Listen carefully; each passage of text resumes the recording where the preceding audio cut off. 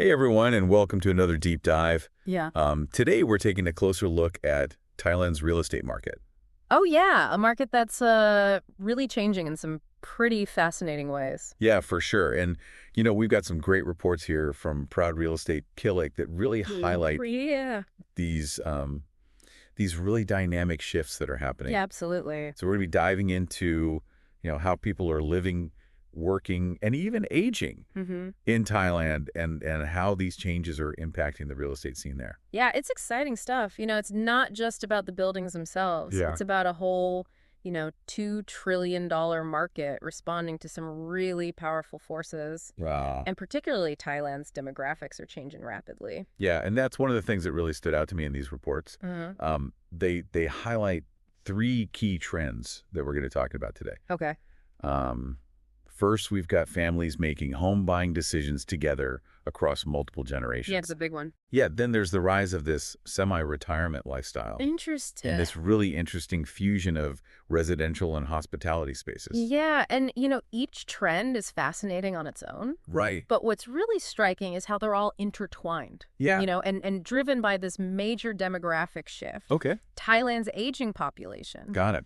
Over the past 2 decades, the over 60 population has doubled. Wow. And by 2029, Okay. get this, 20% of Thailand's population Oh. will be over 65. That's a huge chunk of the population. It is, and it earns the country super aged society status. I can only imagine what kind of an impact that has. I mean, not just on housing, but Yeah. everything. Healthcare infrastructure, Oh, yeah. even the job market. Absolutely. It's pushing developers to really rethink those traditional housing models. Yeah. Take multi-generational living, for example. Good. Proud Real Estate found that 34% of Thai households are already multi-generational. Okay. And that number is only going up. So it's not just a fad. It's actually No, it's a trend. a real trend. Yeah. We're seeing a shift away from that nuclear family model toward these larger, more complex family units. So how are developers adapting to this rise in multi-generational living? Well, I mean, are we just talking bigger houses, or is there something more to it? it's not just about size. Okay. It's about flexibility and meeting diverse needs within a single dwelling. Makes sense. So imagine homes that are designed with Yeah. separate wings or annexes Right. that offer a degree of privacy for the different generations. Okay. But they still allow for those communal living spaces. Yeah. There's a growing focus on universal design principles, making sure that things are accessible for older family members, Makes sense. while also integrating, those work-from-home spaces Right. for younger generations. So it sounds like they're moving away from that one-size-fits-all approach Exactly. and really tailoring these homes to, Yeah. different families and their lifestyles. Yeah, precisely. Yeah. And that adaptability is also apparent in how developers are responding to the rise of semi-retirement. Okay, so semi-retirement. Now I got to ask, Right. what exactly does that mean? Well, in the Thai context, Okay. it reflects this desire among younger generations. We're talking 66% of Gen Z and millennials Wow. to transition into retirement gradually. Interesting. So instead of just like stopping work completely, Exactly. it's more of a phased approach. Yeah, more of a phased approach Got it. where they might, work part-time, pursue passions, maybe travel a bit more, Right. all while slowly easing into full retirement. I can see the appeal of that, Yeah, especially for a generation that, values flexibility and work-life balance. absolutely. But how does this semi-retirement trend translate into real estate?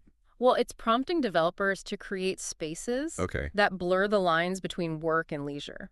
Okay, so you're talking about homes with... Yeah, think about homes with dedicated workspaces that can easily transform into hobby rooms or entertainment areas. Interesting. Some developers are even integrating co-working spaces Oh, wow. within these residential complexes, Sorry. fostering a sense of community and Yeah. collaboration Yeah. among those semi-retired residents. Okay, so we've got flexible, multi-generational homes. Right. We've got spaces that support this phased approach to retirement.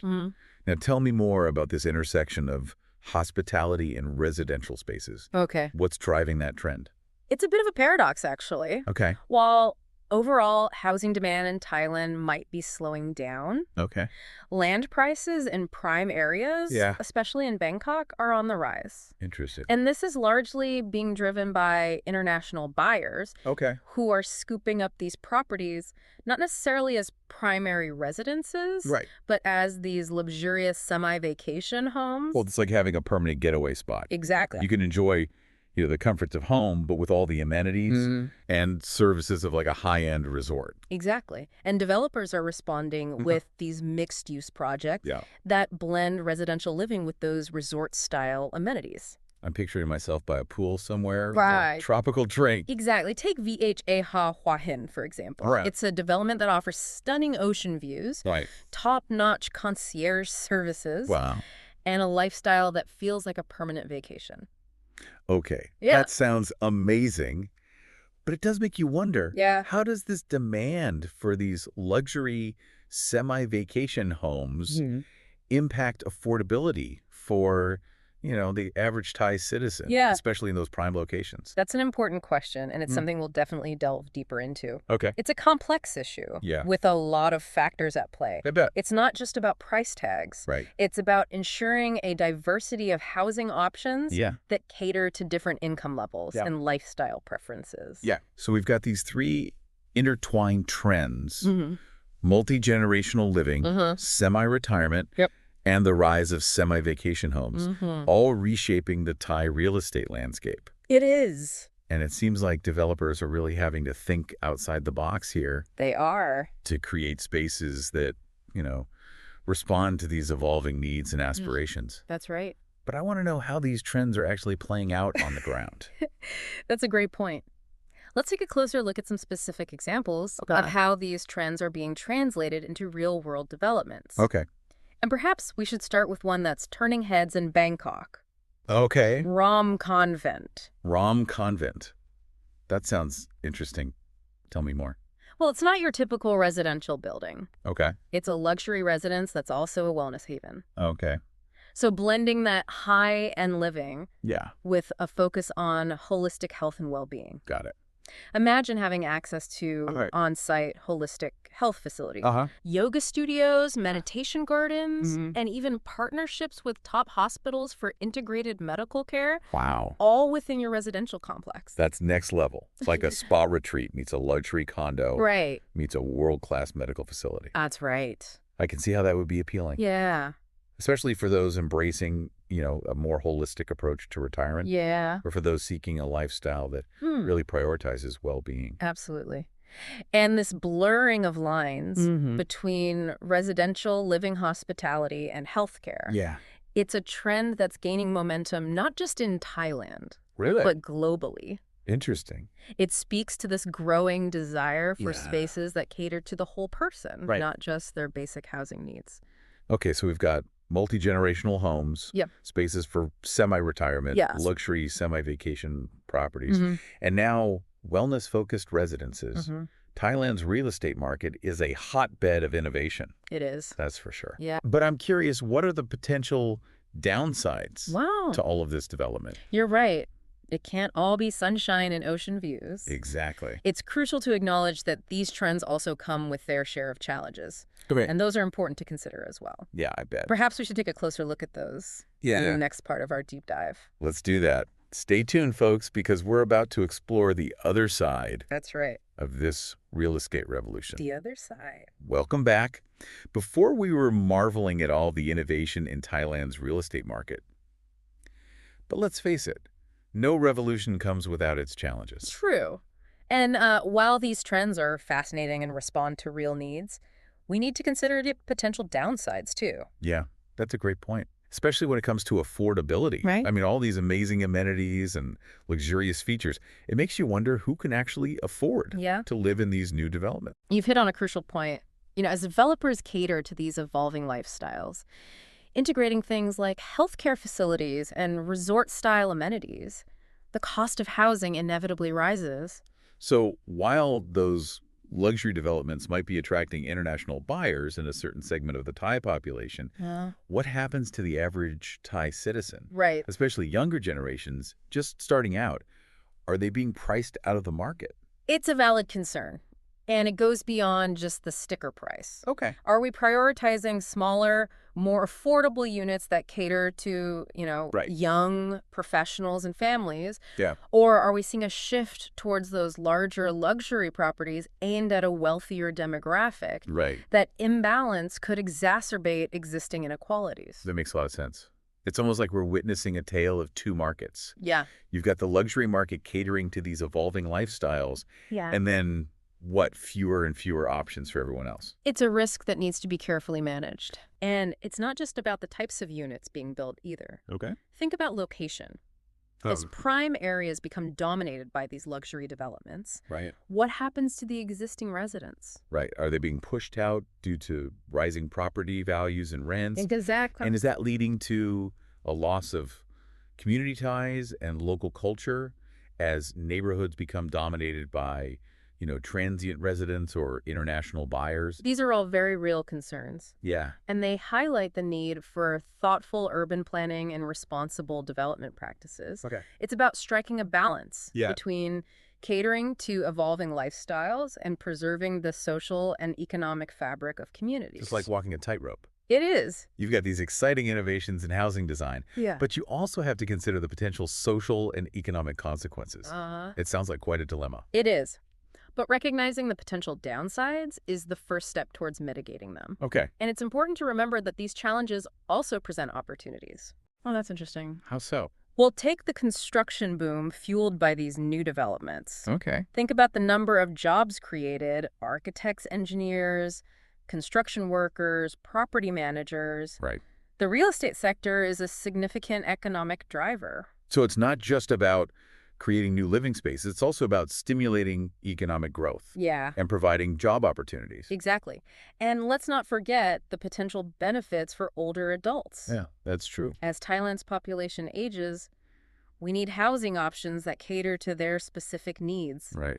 Those multi-generational homes we discussed earlier could be a game changer. Yeah. Allowing older family members to stay connected while maintaining their independence. And those integrated healthcare facilities within residential complexes could offer peace of mind. Absolutely. And easy access to medical care. Not to mention the potential for reducing loneliness and social isolation. Yeah. Which could be huge issues for seniors. Absolutely. And it's not just about seniors. Think about the potential for improved quality of life for everyone. These developments often prioritize green spaces, walkability, and a sense of community, which can benefit residents of all ages. So even though there are challenges, there are also opportunities to leverage these trends to create positive change. Exactly. It all comes down to thoughtful planning, responsible development, and a commitment to inclusivity. Okay, so Thailand's real estate market is clearly at a crossroads. These trends are creating this dynamic and evolving landscape with both challenges and opportunities. It is. But what I'm curious about is, what can we learn from this? That's the key question, isn't it? Because what's happening in Thailand right now might be a preview of what's to come globally. You're right. Aging populations, evolving work patterns, the desire for experiences. These aren't just Thai phenomena. These are the global trends. Exactly. So Thailand's experience could offer valuable lessons for other countries grappling with similar demographic and social shifts. So what can we do? I mean, assuming these trends do go global, right? How do we ensure that we're creating a future of housing that benefits everyone, not just a select few? That's the million-dollar question. And there's no easy answer. Right. But I think it starts with recognizing that housing is more than just shelter. Okay. It's a fundamental human need that shapes our lives and communities. That's such a powerful point. So instead of just thinking about, square footage and amenities, we need to consider the broader impact of housing on individual well-being, community development, and even environmental sustainability. Precisely. We need to start asking ourselves some tough questions. Okay, like what? How can we create housing options that are affordable and accessible to a wide range of people? How can we design spaces that foster connection and community while also respecting individual privacy and needs? And how can we ensure that development happens in a way that benefits existing communities rather than displacing them? These are all crucial questions. Yeah, they are. And the answers will require collaboration between policymakers, developers, communities, and individuals. It's about moving beyond a purely market-driven approach to housing. and embracing a more holistic, human-centered perspective. It's a complex challenge, but it's also an exciting opportunity to reimagine what home can be in the 21st century. Absolutely. And Thailand's real estate revolution is showing us that it's possible to create innovative and inspiring solutions that respond to evolving needs and aspirations. Okay. So we've explored the challenges and the opportunities presented by these trends. But I think what's really fascinating is how these trends are ultimately reshaping our relationship with home itself. Yeah. What does it mean to have a home in a world where work and leisure are increasingly intertwined, where families are more fluid and multi-generational, and where the lines between primary residence and vacation getaways are becoming blurred? That's a great question to ponder. And it's something we'll explore further in the final part of our deep dive. Stay tuned, folks, because things are about to get really interesting. Welcome back to our deep dive into Thailand's real estate revolution. We've explored the trends, the challenges, and the opportunities. But now I want to bring it back to you. Yeah, that's the most important part, isn't it? Connecting these global shifts to your own life and how you think about home. Exactly, because let's be honest, the idea of a traditional home, a detached house with a white picket fence, just doesn't resonate with everyone anymore. Does it? Not at all.